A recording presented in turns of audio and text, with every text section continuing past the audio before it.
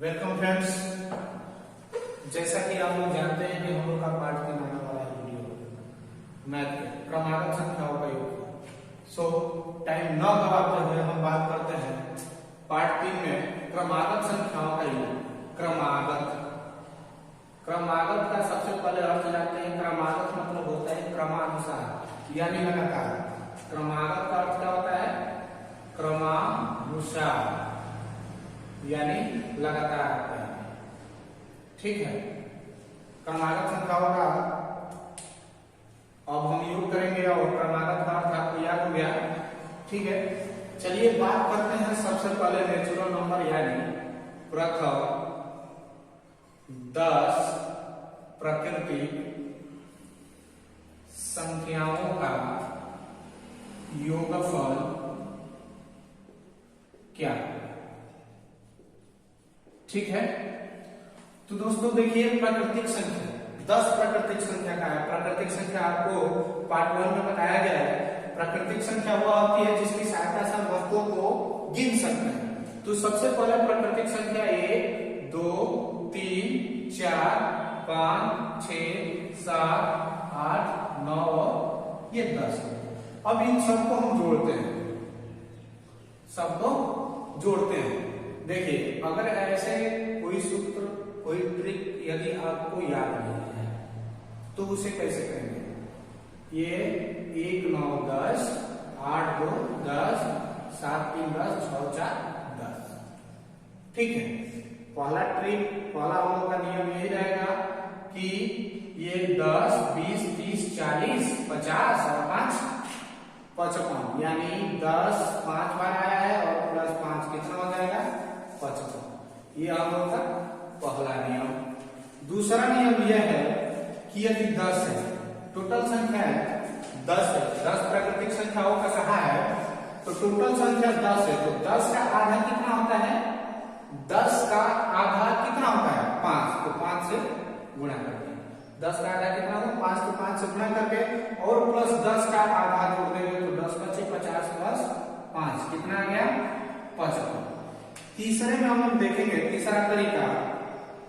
हम लोग जानते हैं n कोष्टक में n प्लस 1 बटा के 2 बहुत पुराना हो चुका है यह चीज और यही चीज सेम ही है, लेकिन इसे कैसे बैठाया गया आपको बताते हैं। देखिए n मतलब हुआ 10, n मतलब 10 यानी जितनी संख्या कहा रहेगा 10 लिखे तो 10 कोष्टक में 10 प्लस 1 बटा के 2 हो गया, 2 से 1 बटा 5 और 5 गुणे 11 11 बचे 55।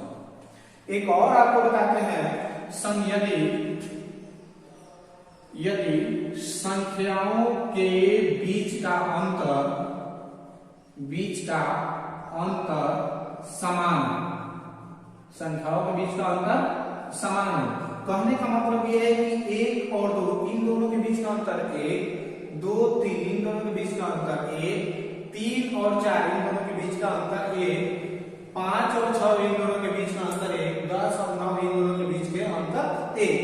यानी जब संख्या दी गई हो और उनका योग पूछे, ठीक है, और उनके बीच का अंतर यदि समान दिखे तो उसे हम लोग करेंगे पहला पद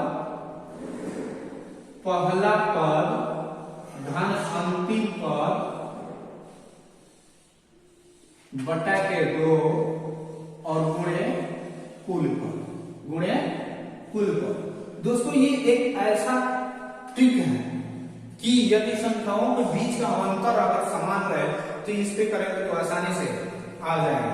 देखिए पहला पद हमारा 1 है, दूसरा पद है यानी अंतिम पद 10 बटा के 2 और गुणे कुल कितने पद हैं? तो देखिए 1 से लेके 10 तक टोटल 10 पद हुए, 2 बचे 10, ये हुआ 11 गुणे 5 11 बचे 75। बात समझ में आया? चारों तरीका आपको आसानी से समझ में आ गया। ठीक है, ये है हमारा चौथा ट्रिक। ये देखिए कि किस प्रकार के सवालों में हमेशा आता है। अगर ऐसे सवाल है यदि उनके बीच का अंतर समान रहा तो उसको हम इसी पे करेंगे। ठीक है, अब बात करते हैं प्रथम 10 प्राकृतिक संख्याओं का योगफल हो गया। अब यदि 10 कहे या 10 तक कहे, 10 कहे या 10 तक का है तो प्राकृतिक संख्या लगातार यानी 1 2 3 से ही स्टार्ट होती है, तो 10 तक आएगा तो 10 ही होगा, या 10 का आएगा तो 10 ही तक जाएंगे। 20 तक का आएगा तभी 20 से होगा, और 20 कहेगा तो भी 20 से तक जाएगा। प्राकृतिक संख्या में ये एक कंडीशन है, आप याद रखिए। अब कह रहा है कि देखिए प्रथम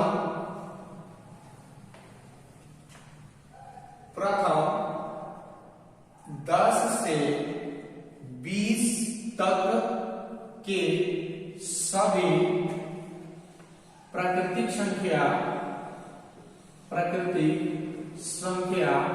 का योग क्या है? तो देखिए 10 से 20 तक आया ना, तो 10 11 12 13 14 15 16 17 18 19 और 20। क्लियर है? तो देखिए ये टोटल हमारे पद देखिए, इसके बीच का भी अंतर है, इसके बीच का भी अंतर है, इसके बीच का भी अंतर है, समानांतर है। इस पे हम लोग करें तो इस पे करते हैं तो पहला पद हमारा 10, अंतिम पद 20 बटाए 2, और बात आती है कि कुल कितने पद हुए, कंफ्यूजन होती है। यदि 11 से 20 तक जाएंगे तो 10 पद होंगे, 11 से 20 तक जाएंगे तो 10 पद, और चूंकि 10 से कहा है तो 10 को भी हम लेंगे, यानी टोटल कितना पद हो गया 11। ठीक है, तो ये हो गए 30 गुणे 11 और बढ़ेंगे 2 तो कर देंगे कितना 15, और 15 गुणे 11 165। बात समझ में आ गई? सबसे अच्छा ट्रिक है ये, ठीक है। अब देखिए 10 से 20 के बीच कर दिया, 10 से 20 के बीच कर दिया, बीच सभी प्राकृतिक संख्याओं का योगफल क्या होगा? तो 10 से 20 सेम हम लोग इसी को करेंगे। 10 ये बताइए कि 2 और 3 4, कहा कि 2 और 3, 2 और 3 यहां लिख देते हैं 10 और 20 के बीच सभी प्राकृतिक संख्याओं का योग। यहां बात है कि 2 और 4 के बीच कितनी संख्या है? तो ये 2 और 4 के बीच कितनी संख्या हुई? 1, क्योंकि हम 2 और 4 छोड़ देंगे, इसलिए क्योंकि ये दोनों के बीच का पूछा है। तो सेम कंडीशन, हम ये 10 छोड़ देंगे और यहाँ क्या छोड़ देंगे 20। अब जोड़ते हैं, इसी को जोड़ेंगे। पहला पद हमारा हो गया 11, अंतिम पद हो गया 19 और बटा के 2, और गुणे कुल पद कितना हो जाएंगे 11 से 20 तक 10 पद हो रहे थे। 11 से 20 तक कितना हो रहे थे 10, लेकिन 11 से 19 तक जाएंगे तो हमारा कुल कितना पद हो जाएंगे 9। और कर दिए 11 और 19 30 बटा के 2 गुणे 15 है 9, ये हो गया 15, और 15 गुना कितना हो जाएगा 135। प्राकृतिक संख्याओं का योगफल यदि आपसे आ गया, पूछ दिया तो आप लोग कर लेंगे। अब चलते हैं इसी में दूसरे टाइप का सवाल। ठीक है, दूसरे टाइप का सवाल यह है कि हो गया क्लियर। दूसरा देखिए, दूसरा टाइप हम लोगों का रहेगा प्राकृतिक संख्या के बाद आता है सम संख्या। प्राकृतिक संख्या के बाद कितना आता है सम संख्या। सम संख्या यानी लिखेंगे आप क्वेश्चन, प्रथम 5 सम संख्या का योगफल क्या? प्रथम 5 सम संख्याओं का योगफल क्या है?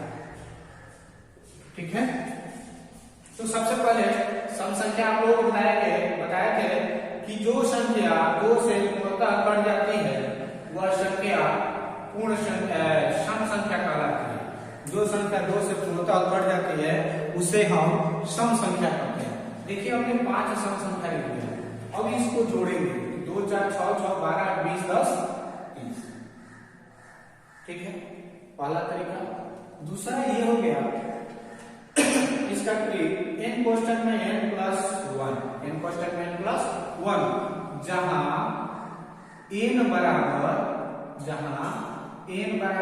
5, जहां n बराबर क्या होगा 5 होगा। तो अब देखिए ये n के जगह पे 5 और 5 में एक जोड़ देंगे 6, यानी 5 गुणे 6, 5 छक्का 30। ठीक है, तीसरा तरीका, इतना न देख के कभी भी आप यहाँ पे देख रहे हैं कि 5 है तो 5 से 6 से इसको गुणा करा दे रहा है। यदि आपसे पूछे कि 10 सम संख्याओं का योगफल, क्वेश्चन ये है कि 10 प्रथम 10 सम संख्याओं का योगफल, तो ये 10 है ना, 10 के बाद क्या आता है 11, 10 के बाद क्या आता है 11, तो 10 में हम 11 से गुणा करा देंगे, 11 का हमें 110, आंसर हो गया 11 का हमें 110।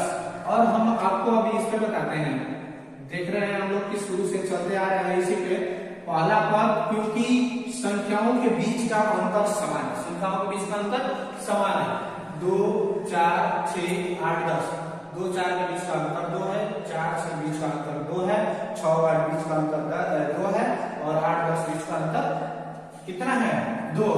पहला पद 2, अंतिम पद हमारा कितना है 10 है, बटाकर 2, और गुणे कुल पद सम संख्या।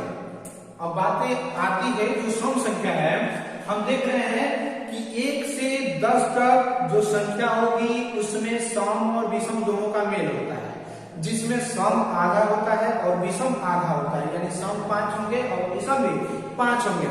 यदि 20 तक हम प्राकृतिक संख्या लेते हैं, 1 से 20 तक, तो उसमें 10 यानी 50-50, 10 हमारा सम संख्या होगा और 10 हमारी विषम संख्या होगी। तो 10 जब हमारा ये कहा है 10, तो सम संख्या कितनी हो जाएगी 5, यानी ये हो जाएंगे 10 2 12, बढ़ाएंगे 2 और गुणे 5, देखिए 2 छक्का 12, 6 5 30।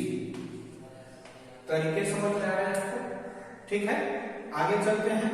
अब इसमें थोड़ा जो कंडीशन होता है नेक्स्ट टाइप का आगे है, आप लोग करते रहिए, जो समझ में आए कमेंट में लिख दीजिए, आपको बता दिया जाएगा। आप अपने मोबाइल का स्क्रीनशॉट मार सकते हैं क्वेश्चन में।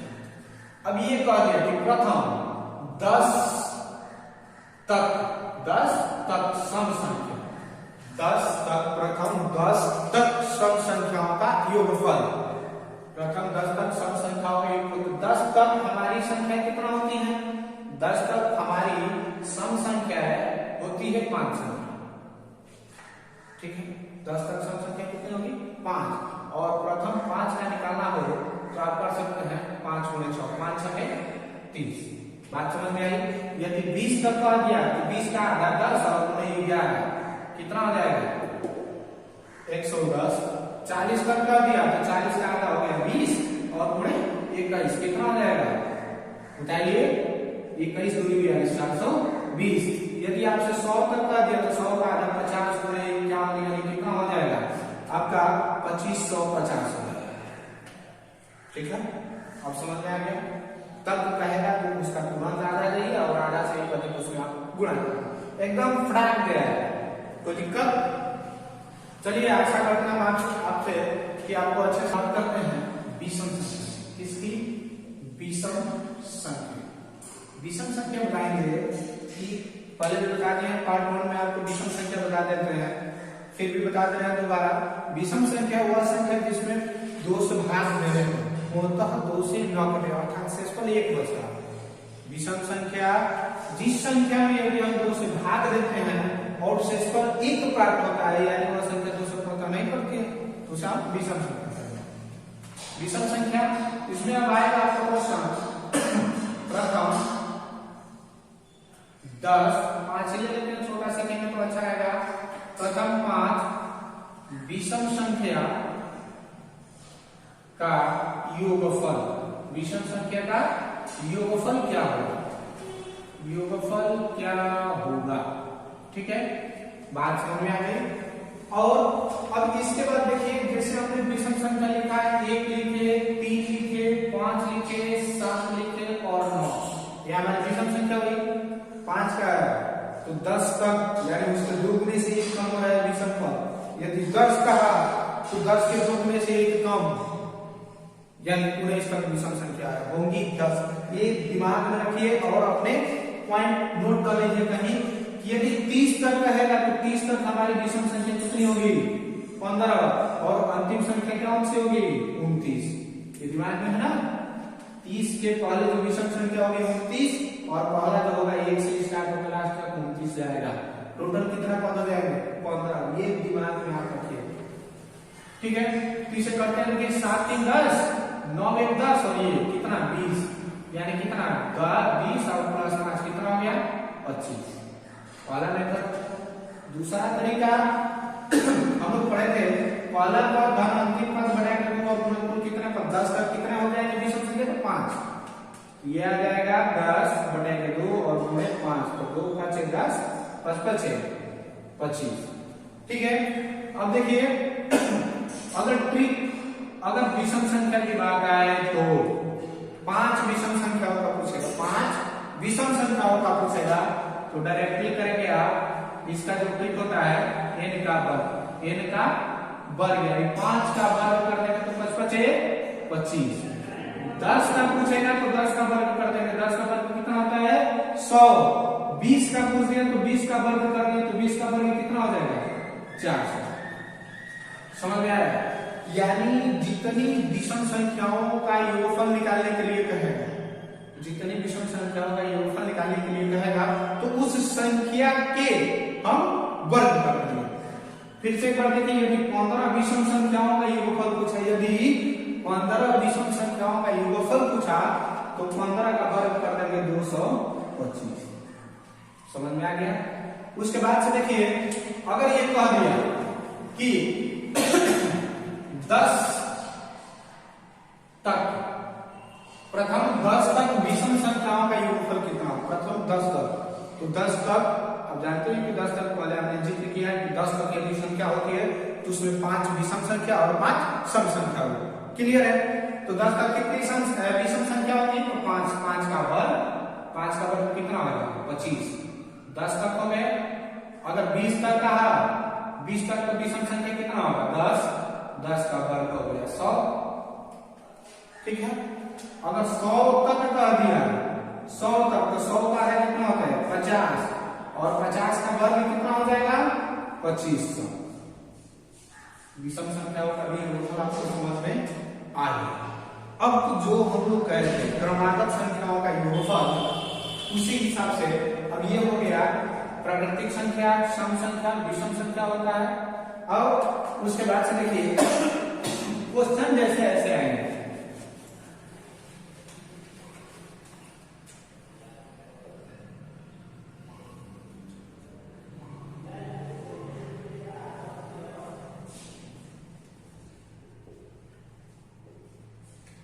कह दिया का योगफल क्या है, का योगफल क्या है। ठीक है। का योगफल क्या है 3 6 9 12 15 18 21 24 का योगफल क्या है। देखिए तीनों में समान अंतर है, 3 समानांतर है, 3 सब में 3 का अंतर है।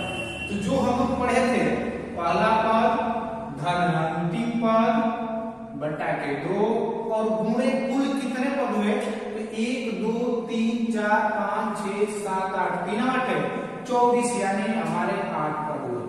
2 चौके 8 24 3 27 गुणे 4 तो कर देंगे 7 चौक 28 2 आज 4 गुणे के 8 2 10 108। बात समझ में आ गई। अब जो है ये क्रमागत संख्याओं का योगफल हो गया।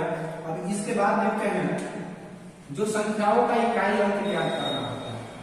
संख्याओं का इकाई अंक एक चार्ट बनाएंगे, उसके साथ लिखते जाएंगे इकाई अंक। बहुत मस्त तरीका है, यदि आप इसे केयरफुली देख के यानी आराम से देख के यदि समझ गए तो किसी भी चाहे कितनी बड़ी भी संख्या हो उसका यदि इकाई अंक निकालना हो तो उसका हम लोग आसानी से निकाल सकते हैं। पहले सिंपल में देखेंगे, सिंपल में जैसे 4 45 25 42 8 48 पूछ दिया कि इसका इकाई अंक क्या होगा, इसका इकाई अंक क्या होगा। तो देखिए यदि संख्या दिया गया है, कितनी भी संख्याएं दी गई हो, यदि उस संख्या के इकाई अंक में 5, 2, 8 मिले तो उस संख्या को यदि हम आपस में गुणा करेंगे तो इकाई का स्थान 0 होगा। चाहे आप कितनी बार गुणा करेंगे इकाई का स्थान 0 होगा। फिर से एक बात सुनिए, यदि आपके पास ऐसी संख्याएं कोई भी दी हो, दूसरी संख्याएं लिख लीजिए जैसे 45, 63, 75, 42 या 72, पूछ दिया कि इकाई का स्थान क्या होगा। तो ऐसी संख्या है, इसमें हम देख रहे हैं कि 5, 2 मिल रहा है। और एक और कोई ले लीजिए जैसे 6 ले लीजिए, 46 हो गया, 57 हो गया, उनमें इतना भी संख्या ले लीजिए, आप जो भी लेना है ले लीजिए। बस इसमें एक ही चीज देखना है, एक चीज से दो चीज, बस 5 है 2 है तो इकाई का स्थान कितना रहेगा 0। समझ रहे हैं? कितनी बड़ी भी संख्या हो उसका इकाई का स्थान पूछे, आपस में गुणा कराना हो तो उसमें बस देखना है कि 5 या 2 है तो इकाई का स्थान 0 होगा, फिक्स। और बाकी सबके लिए जो तरीका है जैसे 21, 23, 35 और 36 या बस इतना ही मान लीजिए। इसका इकाई अंक है तो नॉर्मल तरीके पर आप लोग जानते हैं कि इस सब का इकाई अंक आपस में गुणा 1 गुणे 3 गुणे 5 यानी कितना हो जाएगा 3, 5, 15, 1, 5। ठीक है। इस तरह सवाल आया था आपका में। बाकी जो आता है बड़े बड़े वो अब हम आपको बताने जा रहे हैं। सबसे पहले एक चार्ट बनाएंगे। चार्ट ये बनाएंगे कि इधर लिखेंगे सम संख्या और इधर लिखेंगे विषम संख्या। क्या लिखेंगे? विषम संख्या। बस लास्ट 9 सम संख्या में 2, 4, 6 और 8 आएगा। ठीक है। विषम संख्या में 1, 3, 5, 7 और 9 है। ठीक है। इसमें से हम 6 को निकाल देंगे और इसमें से 5 को निकाल देंगे। क्यों निकालेंगे? कि यदि 6 और 5 को हम कितनी बार भी गुणा कर ले, यदि वो 6 है तो उसका इकाई का स्थान 6 ही आएगा, 5 है तो उसका इकाई का स्थान 5 ही आएगा, और 0 है इस संख्या का इकाई स्थान यदि 0 है तो उसको हम चाहे कितनी बार भी गुणा करें तो इकाई का स्थान 0 ही आएगा। तो लिख लीजिए यदि 6 और 5 या 0 किसी संख्या का इकाई अंक हो तो उसे हम कितनी बार भी गुणा करें,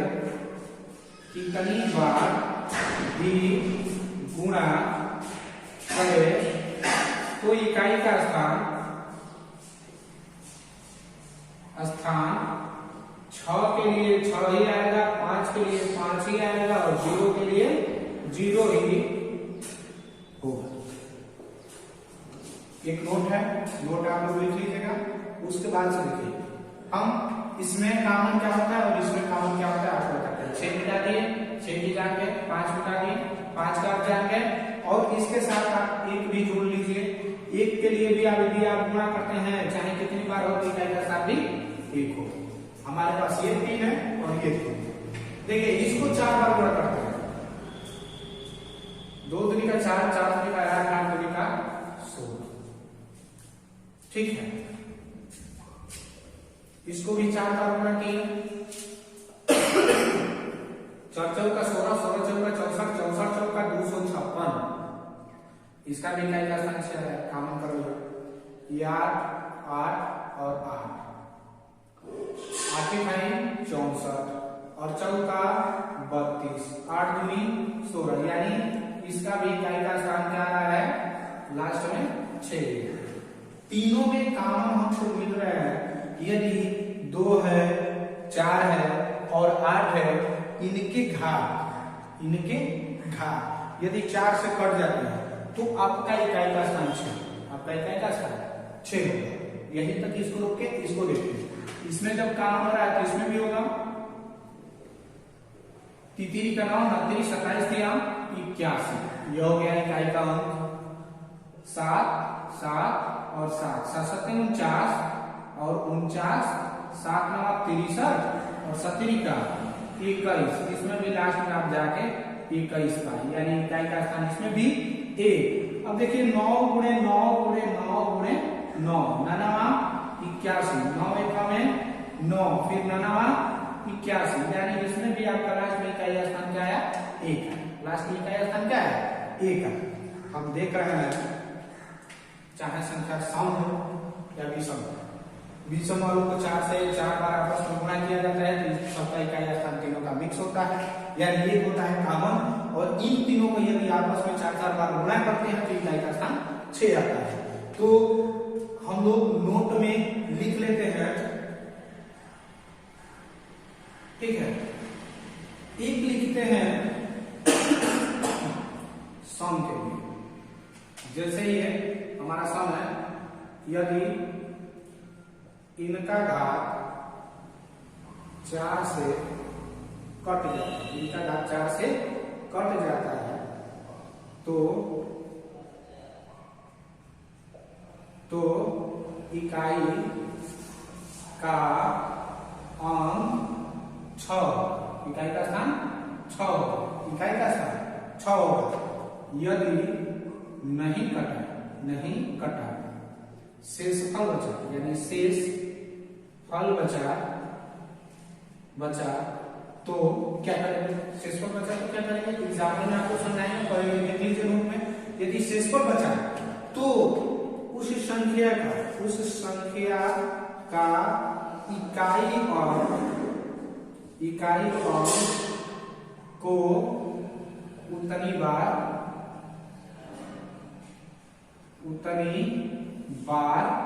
गुणा करना,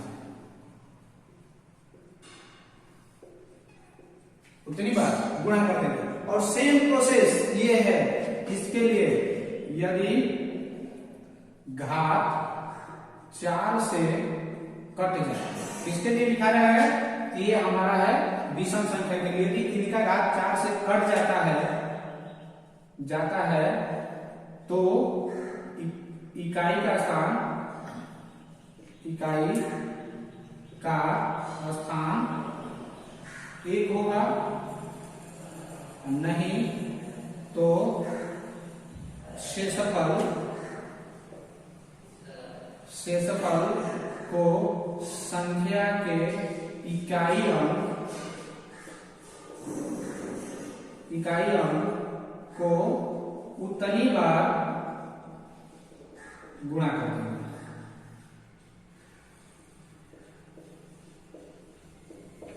समझ में आएगा? ये नोट है, ये सम संख्या के लिए है, ये विषम संख्या के लिए है, और ये है हमारा 5 6 0 1 के लिए। ध्यान से सुनिए एक बार।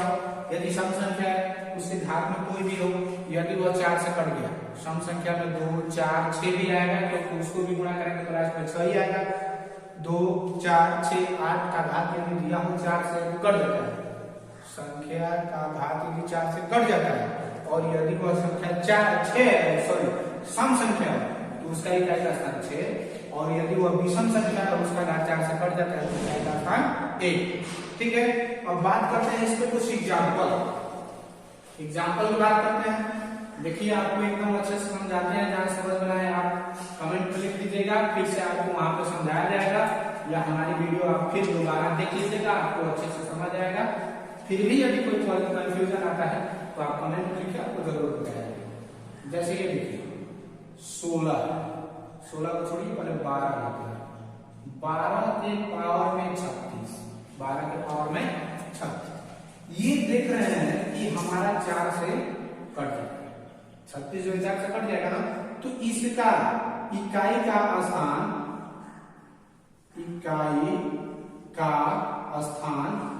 कितना होगा?